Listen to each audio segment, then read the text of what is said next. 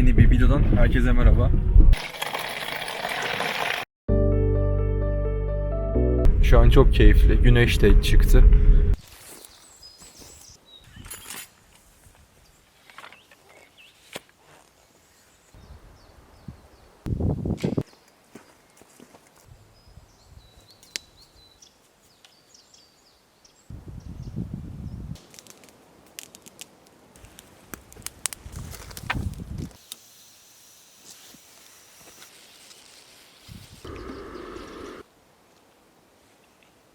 Bir yaban hayvanı görürüm diye. İçi boş.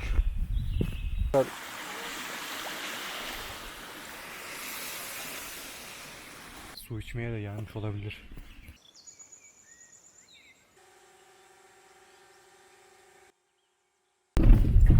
Yeni bir videodan herkese merhaba. Sallantıdan da anlayacağınız üzere yeni bir kamp rotasına doğru yola çıktım. Artık şehirden uzaklaştım. Orman yanına doğru saptım. İnsanlardan da uzaklaştım. Araba görmemeye başladım artık. Bu saatten sonra ya geyik görürüm ya ayı görürüm. Bir 15 kilometre civarında bir böyle sarsıntılı yollarda seyahat edeceğim. Kamp alanına ulaşana kadar. Yağmur yok fakat su seslerini duyuyorsunuzdur belki, geliyor mu bilmiyorum da. Böyle çukurları sular doldurmuş çünkü yakın zamanda yağmur yağdı. Bugün yağmur yağmıyor. Ben de hemen değerlendirdim. Yarın sabah da yağmur gözükmüyor. Bugün nelerle karşılaşacağım? Yine bir sürpriz. Bu sürpriz çok heyecan verici. Nelerle karşılaşacağını bilmemek, önüne ne çıkacağını bilmemek, hava durumunu çok kestirememek, belki de doğallığın macerasını en fazla tattıran bu. Şimdi yukarılara doğru çıkıyorum. Hava 20 derecelerde. Bir 7-8 derece düşecek çıkacağım yer. En iyi ihtimalle o da. Keyifli geçeceğini düşünüyorum. Sizlere de ufak bir hatırlatma yapacağım. Kanalıma abone olmanız, videoları izlemeniz, yorum yapmanız, beğenmeniz çok önemli algoritma açısından. Abone olmayan varsa ve yeni karşısına çıkıyorsam sizlerin, abone olarak ve videoları beğenerek bana destek olabilirsiniz. Şimdi biraz ben susacağım. Yol manzarası ve arkaya koyacağım fon müziği konuşsun. Yolda görüşürüz.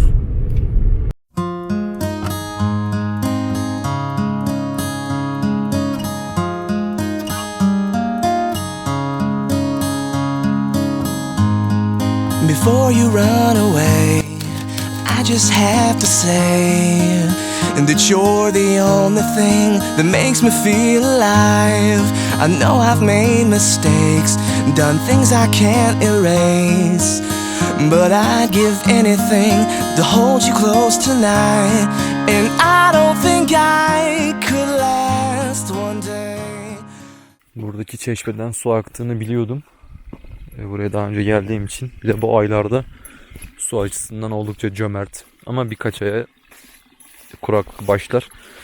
Bidonu yarım bırakmıştım, o yüzden burada dolduracağım. Buz gibidir bu su şimdi.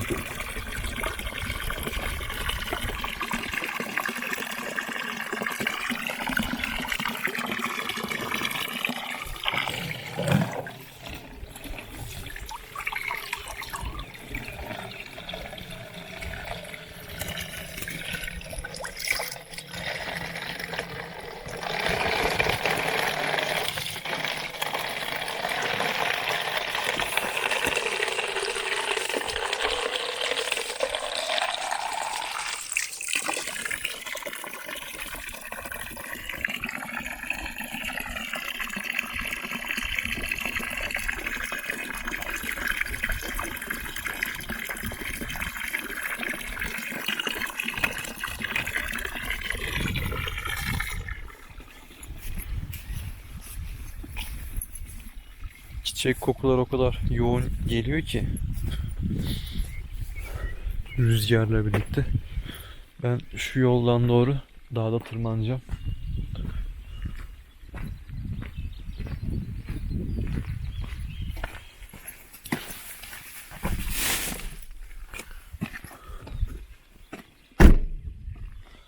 Hatta drone'u da öne alayım da. Böyle yolda bazen gözüme çarpan manzaralar oluyor. Hemen telefonla bağlantısını yapıp kayıt alıyorum. Burada dursun. O zaman daha yukarılara doğru çıkalım bakalım. Me before, I wonder what I was waiting for. But this feeling you don't feel anymore. And now I'm watching you close the door. Oh, how I love how you loved me before. Oh, how I love how you loved me before. Oh, how I love how you loved me before. Oh, how I love how you loved me before. Oh, how I love how you loved me before. Şu an yaklaşık 1500 civarına çıktım. Önceki haftalarda 1200 metrelerde falan kamp yapmıştım. 21 dereceydi merkez. Şimdi çıktığım yer 14 derece. Güneş çıkmaya başladı. Geldiğimde hava biraz kapalı gibiydi. Umarım açar. Açık hava her şeyin ilacı bence. Bütün modun, o kötü geçen bir günün bile en güzel hatırası masmavi ve açık hava oluyor. Umarım açar. Günü daha da keyifli hale getirir. Çok bir yolum kalmadı. Yol üstünde bir yer var. Sadece hani çamur olabilecek. Şu ana kadar sıkıntısız çıktım. Umarım orada da çamur yoktur da bu kadar geldiğim boşa gitmez. Kışın geldiğimizde hatta bir videoda göstermiştim. Çok dikkatli bakılınca da görünüyordu. Bir karaca, 2 tane karaca görmüştük. Bu elimde çektiğim kamerayla çok zoom yapamamıştım. Kardaydı görüntü. Hemen şu altı ormanlardaydı. Şöyle görünebiliyor mu? Şimdi o karlı doku tamamen yemyeşil. Muhteşem bir hale bürünmüş. O kadar sık ki hiç gözükmüyor bile yani. Kışın göz alabildiğine açıklık kel. Şu an bulunduğum noktada akşam artık güneş battıktan sonra burada alacakaranlık zamanları kulaklı orman baykuşları ötmeye başlıyor. Alaca baykuşlar, kulaklı orman baykuşları. Popülasyonu çok fazla burada. Bu yol üstünden de gidilince ayı izlerine rastlamıştık. Gördüğüm en büyük ayı iziydi. Ayı izini geçtim. O bahsettiğim de çamur olabilecek yerde orasıydı. Atlattım. Neyse ki çamur yokmuş. Artık tırmanmaya devam. Bu tarz yüksek ormanlarda şunu fark ediyorum ben. Daha kullanılabilecek alan, daha kolay ulaşabileceğiniz yerlerin zemini genelde daha zor oluyor. Şimdi burası mesela aşağıdan bayağı bir zaman farkı var. 20 dakika, 25 dakika civarında bir süre kat etmeniz gerekiyor buraya ulaşmak için. Yani her araba buraya çıkmıyor. Zaten bilmeyen hiç çıkmıyor. Bilen de uzak diye çıkmıyor. Ama bu yollar daha keyifli aşağıdan. Ne bir kasis var, ne bir çamur var. Eğim arttıkça yolun kalitesi de artıyor. Eğer eğim azalırsa orman yollarında su birikintisi, işte zamanla çökme gibi şeyler meydana geliyor. Böyle eğimli yollar çok keyifli. O yüzden yukarılara çıkmak yazın özellikle tercih ettiğim bir şey. Şu an çok keyifli. Güneş de çıktı. Havanın arkasının maviliğini de görebiliyorum. Şöyle.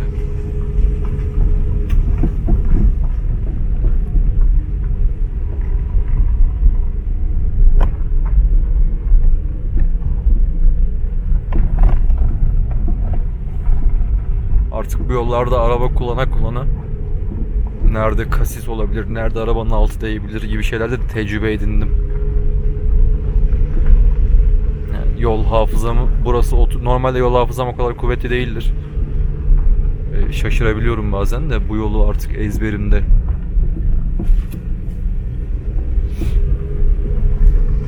Kısa bir süre sonra istediğim noktaya varmış olacağım.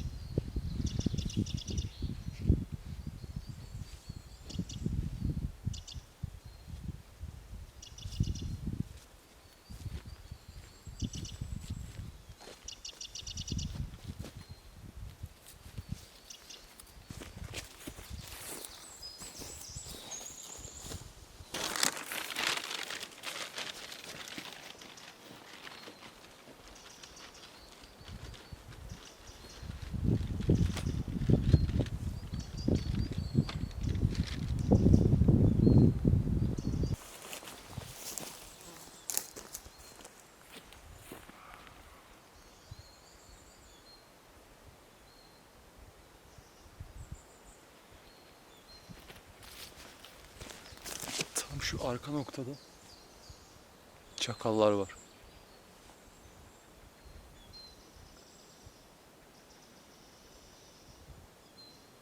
Sesini duydum. Orası vadi gibi bir yer. Sesi yankılandı. Çadırı kurduktan sonra bir ziyaret edeceğim bak. Gündüz görmek zor. Onlar sizi fark ediyor da siz onu fark edemiyorsunuz. Akşam daha fark edilebilir oluyor. Işık tuttuğunuz zaman gözü parlıyor. Gündüz o yok.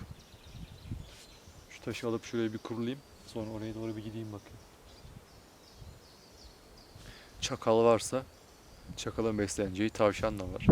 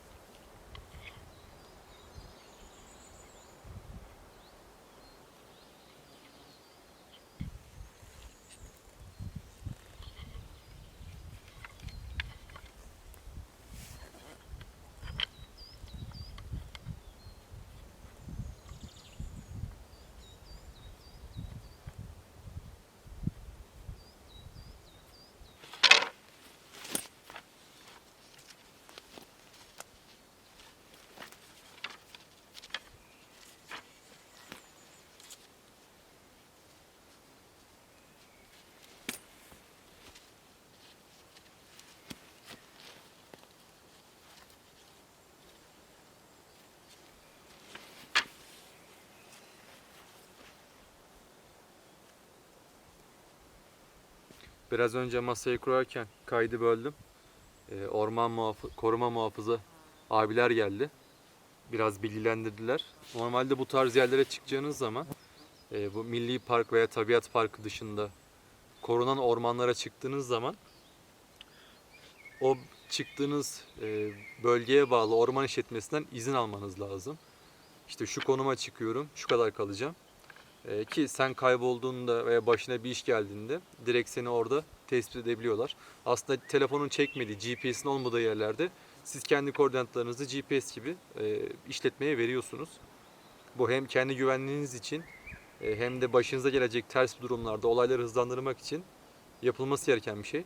Abiler bu ormanlarda geziyorlar arabayla. Çok keyifli bir iş. Onlar şimdi aşağıya doğru devam ettiler. Ben olduğum yerde kaldım. Şöyle bir durum, ters bir durum var. Orman yangınları çok hassas. Böyle ormanlar değerli ormanlar, kolay yetişmiyor.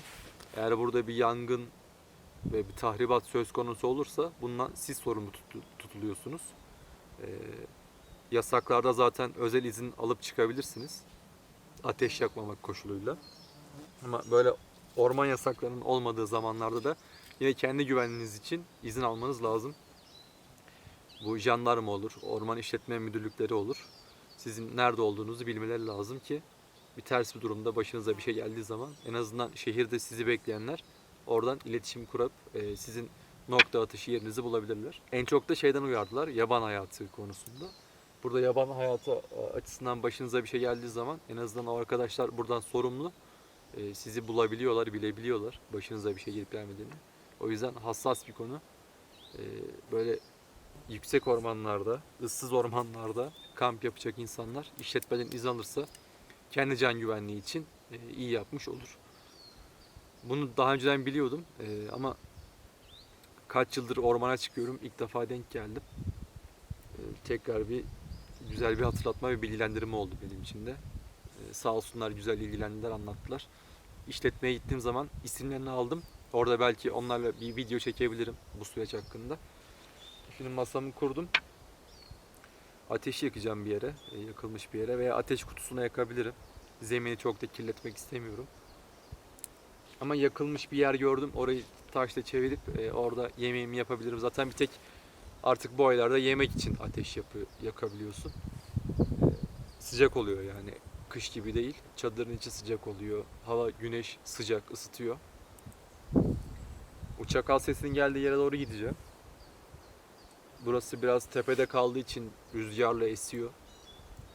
Şehirde bu kadar belli olmuyor da burada bulutların gidiş hızını gözünüzle çok net görebiliyorsunuz. Çünkü bayağı bulutlara yaklaştım. Biraz gezintiye çıkacağım. Ateş yerimi de hazırlayıp geldiğimde bir ateş yakması kalır. Yemeğimi yaparım.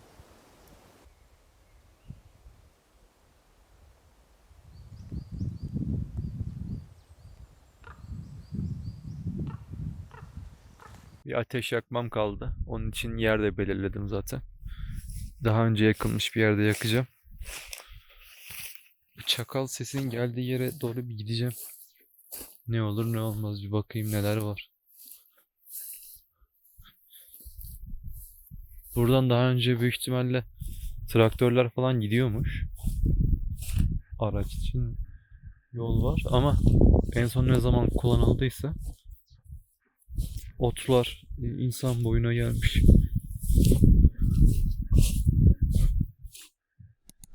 Şu gövdeye bakar mısınız? Kaç yıllık ağaç kırılmış. Altı böyle kalmış. Üstü kim bilir nerede. Tam bir kuş yuvası. Yani bunun içinde o kadar çok böcek vardır ki. Kurt, böcek, ağaç kurtçuğu yani. Karşıda da var bir tane.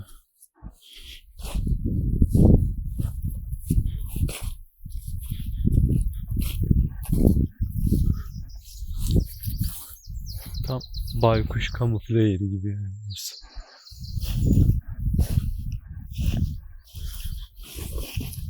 Taban sarmaşık gibi otlarla kaplı. Ayak izi de göremiyorum. Tabii kışın çok rahat. Harita gibi. Kışın.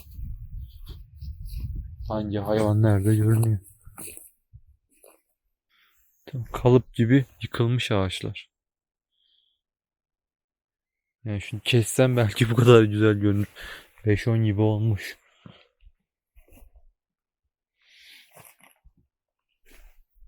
Şunları falan kullanabilirim.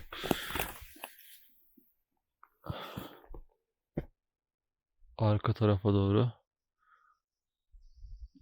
İyi şu küçük ağacı devirmemiş. Bu kütledeki bir ağaç yıkar yani onu da. Çıra galiba bu da.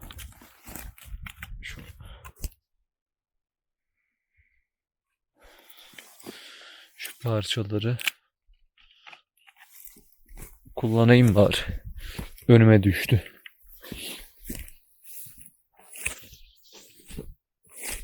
Buranın ön yüzü. Aşağıya doğru uçurum. İşte şu aşağıdan geliyordu çakal sesleri. Şu aşağıki ormanlardan.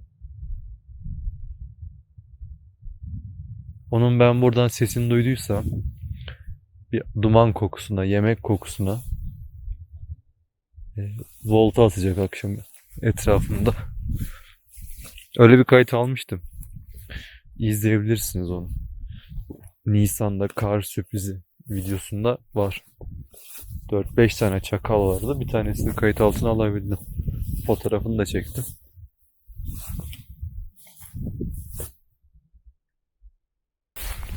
Bu yol kayboldu ileride. Otlara gömüldü iyice. O kadar çok su aldı ki orman. Yani bu kadar büyümesi çok normal.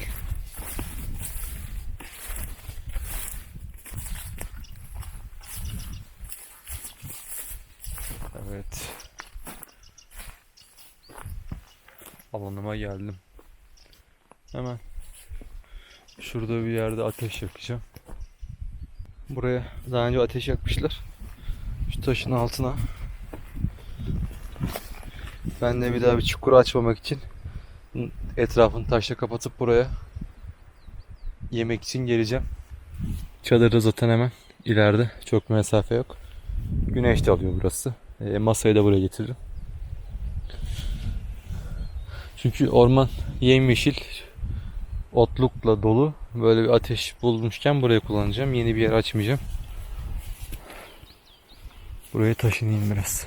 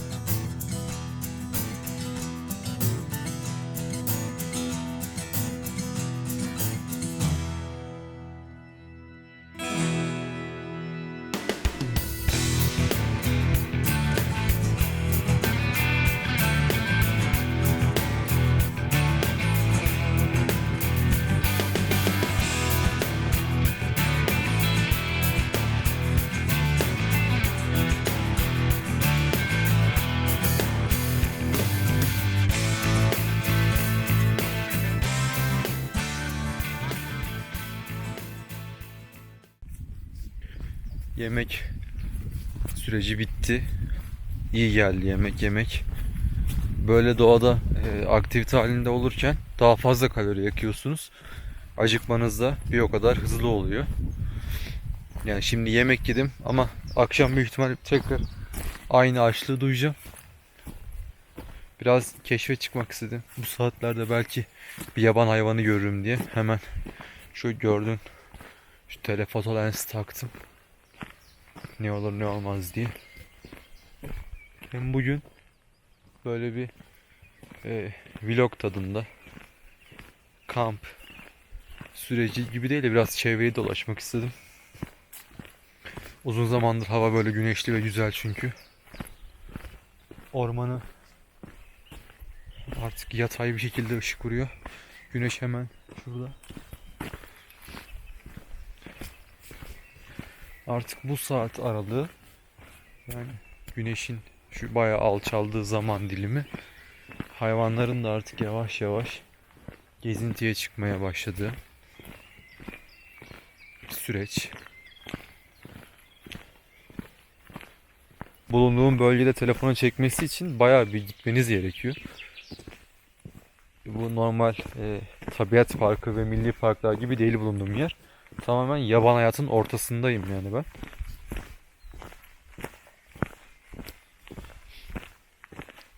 Çok seviyorum böyle. Hiçbir yerleşim, işletme, insana dair hiçbir izin olmadığı bu ormanları çok seviyorum. Bu Karabük'te de bu yüzden biraz şanslı bence. Bir milli park statüsüne alınmaması buraların. Çünkü bir yer milli park statüsüne alındığı zaman oranın trafiği de artıyor, işletmesi de artıyor. İşletmesi ve trafiği artan bir yerinde doğallığı aynı oranda azalıyor. Bunun örneğini Yedigöller'de görebilirsiniz giderseniz eğer. Sanki bir orman gibi değil de parayı veren düdüğü çalmış gibi her köşe başında bir tesis, bir bungalov ev. Siz ormanda mısınız? Yani para harcamaya geldiğiniz bir hobi bahçesinde misiniz? Belli değil. Burada da mesela Türkiye'nin en büyük bilek ormanlarından Yenice ormanları var. Yenice ormanlarını henüz o konuda tabiat parkı yani milli park ilan etmediler. O yüzden bence şu an daha değerli. Yenice ormanları çok popüler olmasına rağmen biyolojik çeşitlilik olarak akademide falan halk olarak çok bilinen bir yer değil. Ama bence Türkiye'nin en bakir ormanlarından bir tanesi. Balta girmemiş yerler var yani. Öyle de kalır umarım. Artık güneş bu vadiyi terk etti. Bir sonraki güne kadar güneşle vedalaştı ağaçlar. Bakalım yukarılarda ne var. Şimdi yola başladığım yerin yukarısına geldim. Aşağıya bayağı yürümüşüm. İnerken fark etmedim de çıkarken yorucu geldi. Yukarıya doğru çıkacağım şimdi. Hava tamamen açtı. Eğer gece bir sis gelmezse bulunduğum yere muhteşem yıldızlar var bu akşam. Hatta bölgede yazın asıl böyle güzel olan Temmuz ayı. Temmuz, Ağustos. Çünkü tam Samanyolu galaksisi, içinde bulunduğumuz galaksi tam şu gösterdiğim noktada spiral bir şekilde kuzeyden güneye doğru bir hat boyunca çıplak gözle görülebiliyor. O fotoğraflarda gördüğünüz galaksiler var ya, genelde fotoğraflarda görürsünüz. Işık kirliliği ülkenin büyük bir bölümünde zaten bu gözetleme alanında bir sorun. Böyle yerlerde yaşayan ve böyle yerleri bilen insanlar çıplak gözle görebilme şansına erişiyor onların. Ben de çektiğim bir tane Samanyolu fotoğrafını hemen şimdi bu konuşmanın arkasına koyacağım. Bu bölgede çektim. Tam böyle oluyor Temmuz, Ağustos aylarında.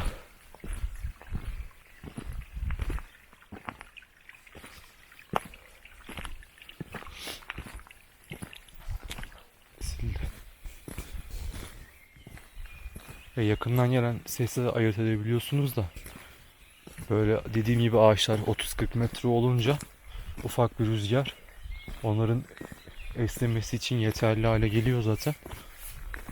Bu durumda ne oluyor? Sesler karışıyor. Yani ağacın gıcırdama sesi mi, yaprak sesi mi, bir ayak sesi mi anlaşılmıyor.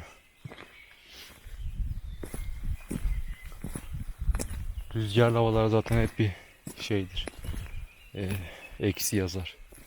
Gerek sizin kokunuzun çevreye yayılması, gerek sizin çevre seslerini duyabilmeniz açısından. Yukarıya doğru çıktım. Hemen arkamda konteyner var. Bu konteynerler burası büyük ihtimal orman işçilerine verilmiş. Kesim bölgesi.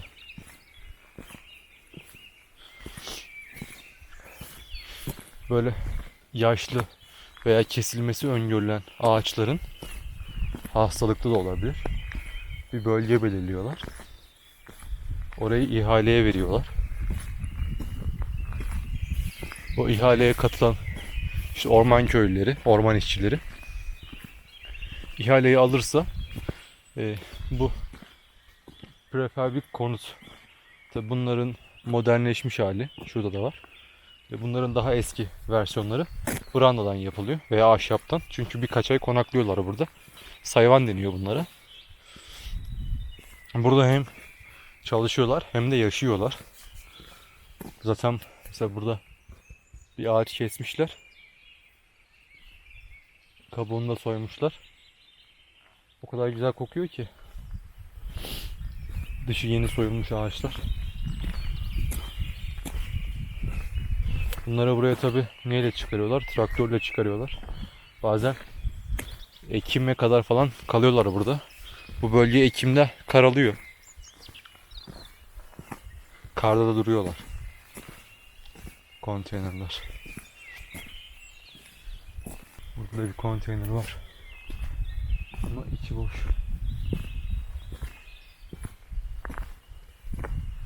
Bacası falan var tabi buralar.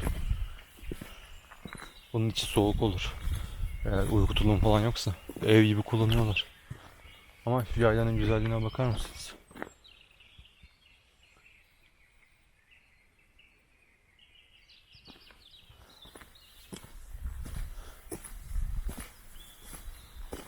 Bir yandan yere bakıyorum izler var mı diye. Çünkü çamur, cıvık. Eğer burada bir iz varsa o size uyarıdır işte. Uzaklaşabilirsiniz. O yukarıdaki ormanlar, yukarıda kar var büyük ihtimalle. Kar parçaları hala duruyor burada çünkü biliyorum. Gölgeli noktalarda 1750 buranın zirvesi. Güneş görmeyen yerlerde kar kuyuları oluşuyor. Onlar eriyor büyük ihtimalle. Bu suyun kaynağı o. Çünkü su çok temiz. Yağmur suyu gibi değil. Böyle geliyor yolda. Tekrar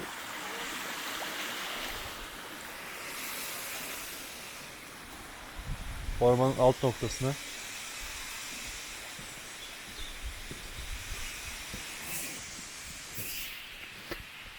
ses duydum. Çok yakın bu. Su sesi o kadar fazla ki o su sesine rağmen duydum. Bir köpek uluma sesi gibi bir şeydi. Ama bu bölgede köpek olmaz. Yine etrafıma bakıyorum da ben.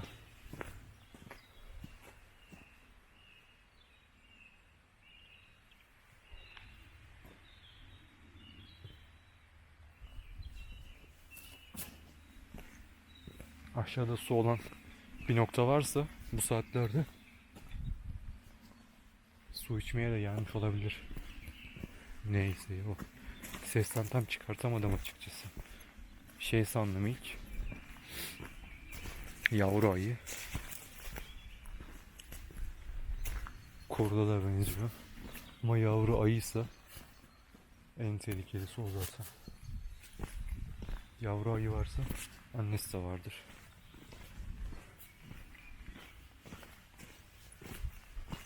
Uzaklaştım hemen. Çünkü zorlamaya gerek yok. Yanında koruyacak ekipmanım da yok. Vay be. Çok çok yakındı ses. Orman sık olduğu için göremedim. Neydi acaba? Yani kurtla ayı arasında da zaten. Bu kadar yakınlaşmamıştım hiç ses olarak. Çok yakındı. Bilmiyorum bu elimdeki kayıt cihazı aldı mı sesin?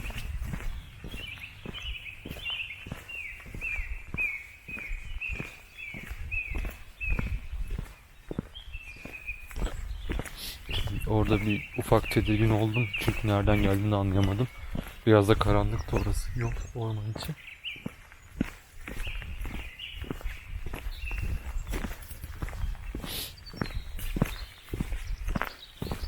O tarz durumlarda panikleyip koştuğunuz zaman peşinize takarsınız bir yaban hayvanını. Çünkü yaban hayvanı sizi potansiyel av olarak görebilir siz korkup kaçtığınızda. Eğer sakin kalır, soğukkanlı kalır, yavaş hareket ederseniz o daha temkinli davranır. Evet çok merak eder sizi. Belki yavaş yavaş o da takip eder. Ama sizin üstünüze bir hamle yapmaz siz kaçmadığınız sürece. O yüzden kaçmak size dezavantaj.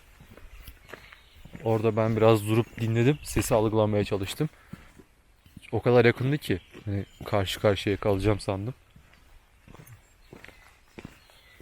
O da sabit kaldı büyük ihtimalle. Neyse. Ama ben belki hızlı uzaklaşmaya çalışsaydım takip ederdi beni. Şunu anlıyoruz. Kamp yaptığım yere çok yakın noktada vahşi hayvanlar var. Bahsetmiştim şu an. Yabanın tam ortasındayım diye. Kimse de yoksa hayvanlar da terk etmişler. Kimler en son ne zaman çalıştılar? Hem heyecan verici. Yani olumlu anlamda heyecan verici. Hem de ufak tedirgin de ediyor. Ama çadıra geçtiğiniz zaman çok zor başınıza bir şey gelmez. Açık alanda böyle gezerseniz elinizde sadece fotoğraf makinesi varsa o zaman olumsuz heyecan oluyor işte. Biraz yürüyüp çadır alanına gideyim.